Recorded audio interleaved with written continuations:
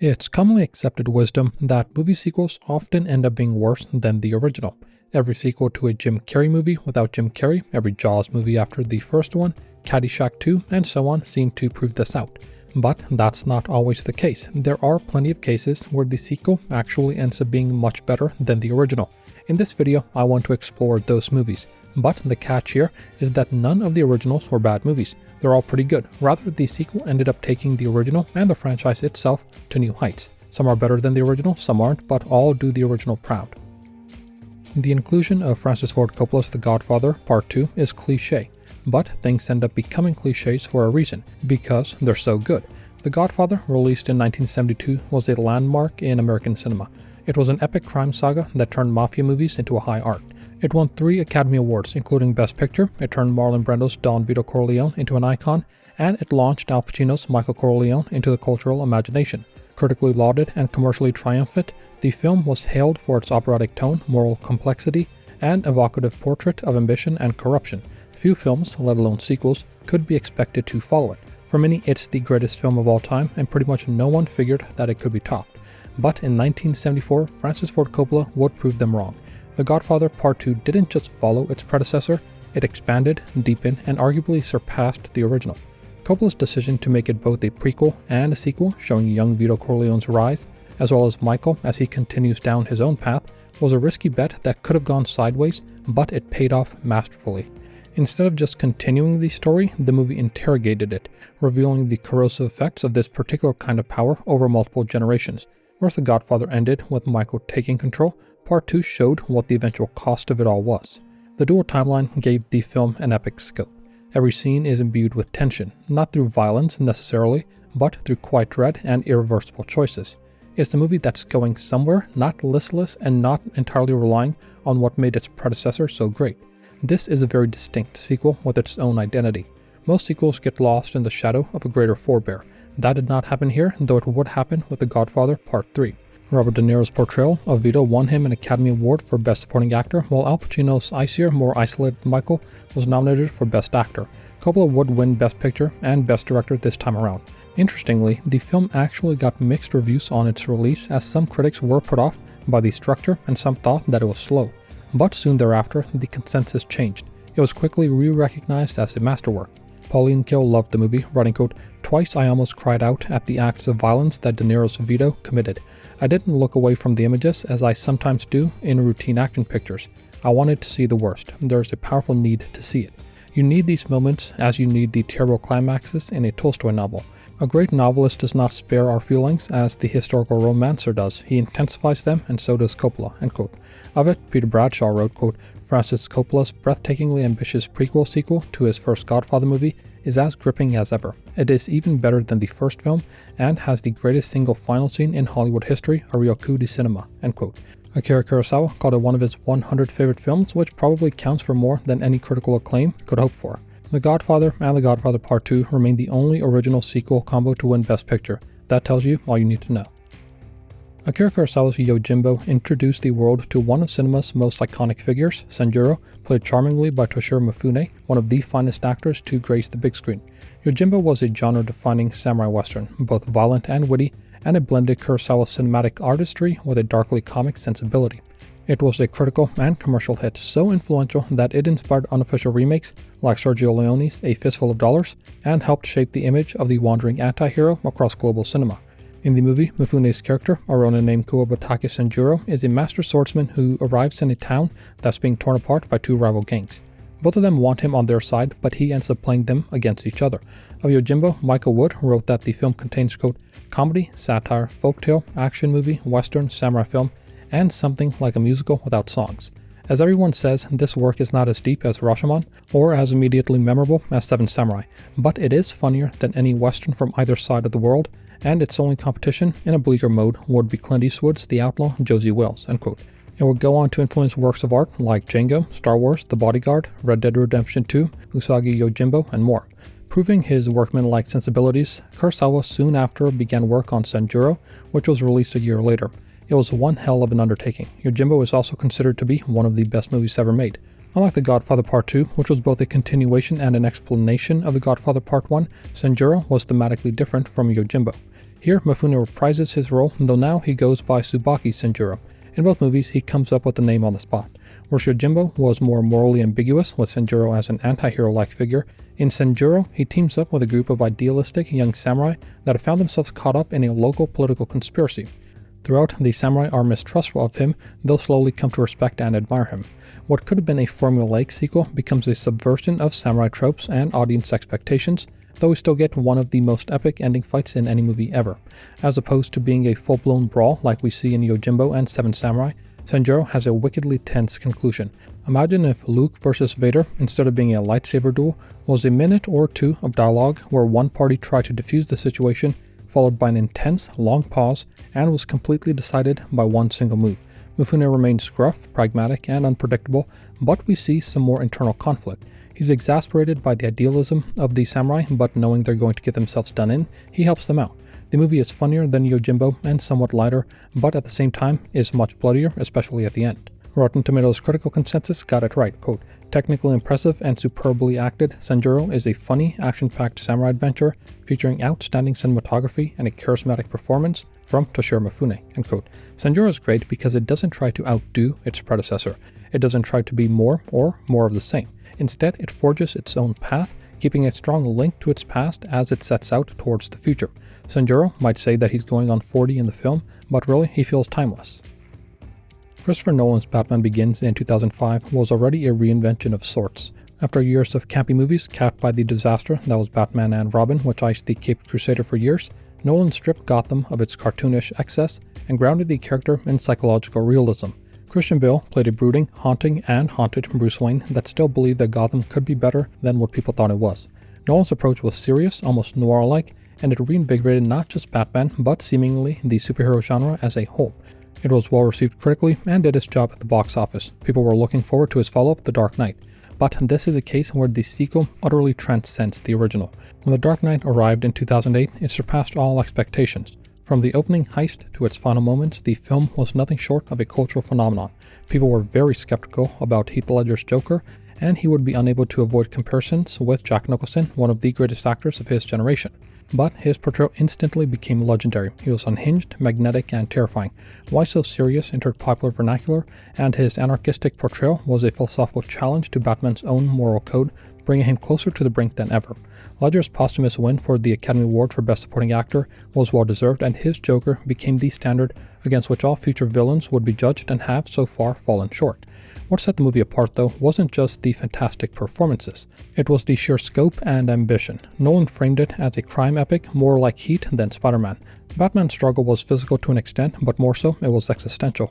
The film asked, what happens when ideals meet a world that doesn't play by the rules? Harvey Dent's transformation into Two-Face is emblematic of that, and it drives him over the edge. It reinforced the central theme. You either die a hero or live long enough to become the villain, and whatever choices you make has resounding future consequences. The film was a critical and commercial triumph, with widespread acclaim for its script, performances, writing, score, and direction.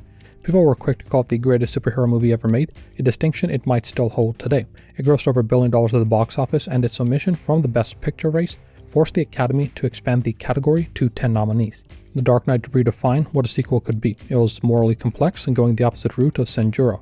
It had a resonant emotional core, with people discussing the philosophy of the film, the motives of the characters, who was right, who was wrong, and so on.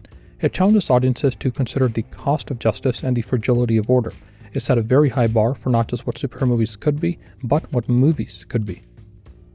James Cameron's 1984 masterpiece, The Terminator, was a low-budget revelation, a lean, relentless sci-fi thriller that fused time travel, slasher films, and action into an emotionally driven, thrilling story. Arnold Schwarzenegger's turn as the murderous T-800 became instantly iconic, while Linda Hamilton's Sarah Connor, a regular woman forced into survival mode, gave the film its beating heart. Critics were lukewarm at first. For example, Janet Maslin, writing for the New York Times, said that the movie, quote, has suspense and personality, and only the obligatory mayhem becomes dull. There is far too much of the latter, in the form of car chases, messy shootouts, and Mr. Schwarzenegger's slamming brutally into anything that gets in his way, end quote. But eventually, they came around, and it was hailed as a great film. The movie made bank at the box office and launched Cameron's career. In 1991, after changing the game with aliens and nearly drowning on the abyss, Cameron came out with Terminator 2: Judgment Day. This one had people close to him, like Arnold, nervous because of how he changed his character. Cameron wasn't content with just delivering a satisfactory sequel that was basically a rehash of the first one. He wanted to reinvent it. He swapped out sci-fi mixed with horror for an action epic, reconfigured the villain from the first one, and traded suspense for spectacle. It's still probably the best father-son movie ever made. A young John Connor was played by Edward Furlong, and Robert Patrick turned in an excellent performance as the new T-1000. Linda Hamilton returned as Sarah Connor. By the end of the first movie, she was helping carry Kyle Reese. Now, she was hardened and traumatized, her physical transformation as dramatic as her psychological one. The movie wrestled with themes of fate, free will, and sacrifice, all while delivering some of the most memorable action set pieces of the era. Not content to just push the story to new heights, Cameron also helped continue pushing the technical limits of what was possible with CGI, with plenty of help from ILM. Critics applauded the physical, special, and makeup effects, with most calling it revolutionary. The movie would cement Cameron as one of the preeminent blockbuster filmmakers of the time.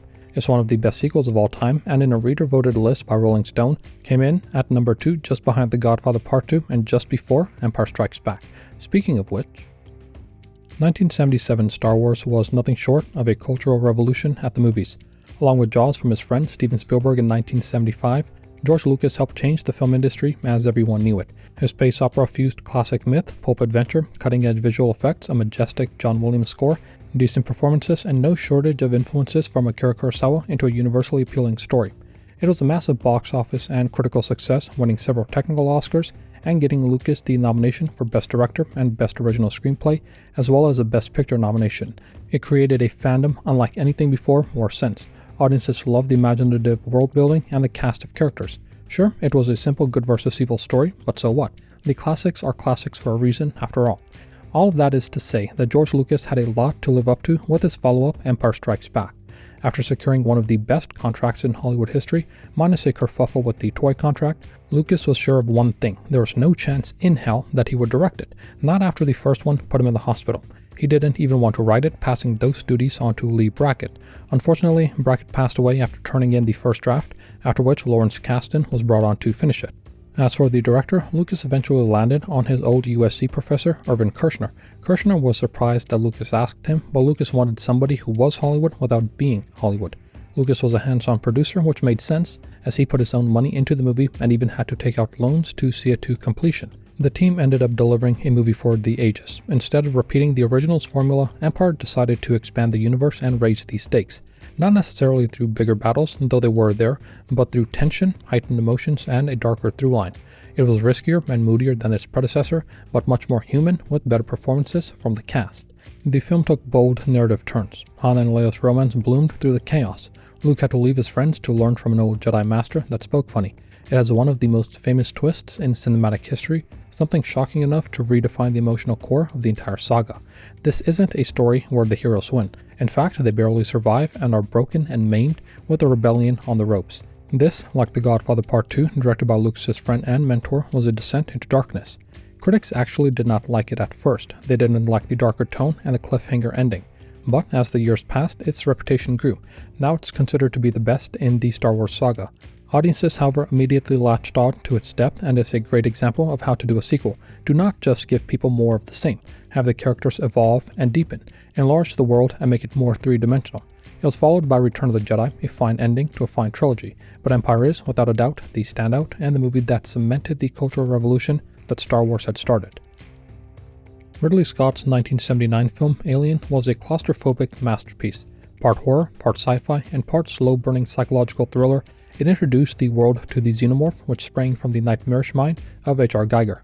Alien ended up being a surprise critical and commercial success, earning praise for its atmosphere, restraint, and acting, especially that of Sigourney Weaver. Part of the restraint was practical. If the xenomorph was shown too much, not only would it reduce the tension, but audiences could see how terrible the suit actually looked. This is a case where less was more. When James Cameron did Aliens, he made a bold choice similar to what he did for Terminator 2. Instead of trying to replicate its predecessor's mood and structure, he reimagined it as a high-octane action film. Trying to redo Alien would only invite more comparisons to Ridley Scott, and Cameron knew he'd fall short. So, instead, he expanded the mythology, deepened Ripley's character, added his trademark scale, emotion, and explosive set pieces, and still somehow managed to keep the dread intact. Weaver's Ripley becomes a true action hero in Aliens, but never at the expense of her humanity. Her relationship with Newt, a young orphan girl, added emotional weight and stakes to the carnage, and through it Cameron was able to explore themes of motherhood. Meanwhile, the film introduced the concept of the alien queen escalating the threat while building on the life cycle established in the original. It did what all good sequels do, build on the mythology of the predecessor while setting itself apart so that it can stand on its own 2 feet. Critics were exceedingly positive, praising Cameron's ability to reinvent the franchise without losing its soul. It earned multiple Academy Award nominations, rare for a sci-fi action film, and won 2 technical Oscars. Beyond that, it was a huge hit on a modest budget and got Weaver a Best Actress nomination. Aliens, like several great sequels, switches up the genre, elevates its characters, and raises the stakes without denigrating the original. Alas, subsequent films were never able to recapture the magic of the first 2. Still, the reason we have games, comics, and shows set in this universe to this day is thanks to the power of Scott and Cameron's tandem masterworks. I sometimes think that people were unfair to the 1979 Star Trek movie. It had the impossible task of bringing a beloved TV show to the big screen 10 years after it ended. The movie was a commercial hit, though critical reception was muted. It got praise for how it looked, but things were such a mess behind the scenes that it could not help but be reflected on the screen. The script was being rewritten even as production began and continued through the entirety of the production. Robert Wise said that the movie people saw in theaters was a rough cut of the movie that he actually wanted to make. Still, the commercial success was enough to justify a sequel, and thank goodness it did, because the follow-up is what's considered to be the best Star Trek movie ever made, Star Trek II: The Wrath of Khan. Directed by Nicholas Meyer on a tighter budget and schedule than the first one, the movie brought back Ricardo Montalban as Khan Noonien Singh, not as a rehash, but as a reinvention. Khan had appeared in Space Seed, the 22nd episode of the first season of the show. In it, he tries to take control of the Enterprise, but is thwarted and then marooned on a planet. In The Wrath of Khan, he returns and attempts to get vengeance on Kirk and his crew. The central conflict between Kirk and Khan played out like a game of chess. Kirk, now feeling older and wondering if he's going to become irrelevant, is challenged by the even older yet energetic Khan. Khan is a fascinating villain, played with Shakespearean grandeur, full of obsessive rage, and fond of the classics. One of his best lines are near the end when he quotes Captain Ahab from Moby Dick in one of the finest hater moments in film history, quote, "From hell's heart I stab at thee. For hate's sake, I spit my last breath at thee," end quote. That said, the true emotional core of the film would end up being Spock. Despite being nearly 2 hours long, it felt like a tight film where the minutes flew by. People enjoyed the excellent performances and thematic depth, and it remains the high watermark for all Star Trek movies. Now, I think I like the J.J. Abrams Star Trek movies more than most, and I enjoyed Into Darkness, which featured Benedict Cumberbatch as Khan. And while it has its moments, his Khan lacks all the charm and grandiosity that Montalban brought to the role. The movie wasn't just a critical and commercial hit, it brought Star Trek back to the fore, revitalizing a franchise that, if not teetering, wasn't where it should have been. It led to a string of sequels and proved that Star Trek could continue to thrive on the big screen. Considering there's still Star Trek media being made today, its place in the pantheon is well deserved. In hindsight, I think The Wrath of Khan shows a good template on reviving franchises. It respected its roots, deepened its characters, and embraced the emotional stakes without sacrificing entertainment. Think of something like Thor: Love and Thunder. That was a movie that couldn't, for a second, breathe to take itself seriously. It kept on interrupting itself needlessly. But The Wrath of Khan is my favorite kind of film, earnest and sincere. Ridley Scott's Blade Runner was a slow burn masterpiece, a brooding tech-noir meditation on identity, memory, and what it means to be human. It was also a box office flop when it was released in 1982, and it confused critics. It would really only come into its own in the years and decades afterward. You can see its influence in much of sci-fi and virtually all of cyberpunk ever since. It was a self-contained work of art, and the idea of a sequel felt almost unnecessary. But then a miracle happened. Somebody had the genius idea to greenlight the sequel that would become Blade Runner 2049, have Denis Villeneuve direct it, and gave him as much as $185 million to let his vision come true. I have nothing but mad love for that person, but that was an insane thing to do, especially with how the original got whopped at the box office. But without that person, we would not have such an excellent film. Blade Runner 2049 was one of a rare breed, a legacy sequel that worked.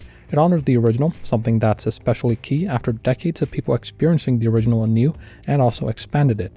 Ryan Gosling starred as K, a replicant Blade Runner, who uncovers a secret about replicant reproduction that could change everything.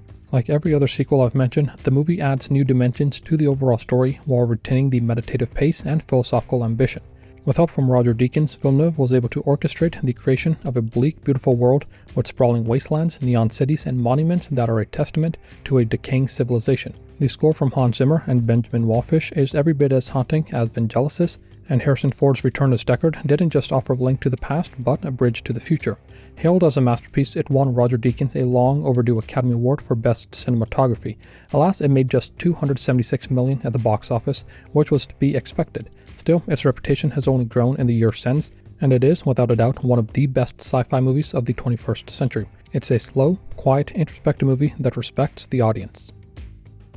I left off a lot of fantastic sequels that are as good, if not better, than their predecessors, most glaringly The Two Towers and The Return of the King. But then again, The Lord of the Rings is one movie, and thus I excuse myself. A sequel doesn't have to be a step down. If done properly, it can elevate the original and add new dimensions to the story, but it has to be treated with respect. By that, I don't mean just continuing the story like a serial. More of the same is disrespectful, in fact. Characters must be able to grow in the situation, and even the tone of the film must be allowed to change. Change too little or too much and you risk falling off the knife's edge, but change just the right amount and you've got a hit on your hands. Discerning that, of course, is the hard part.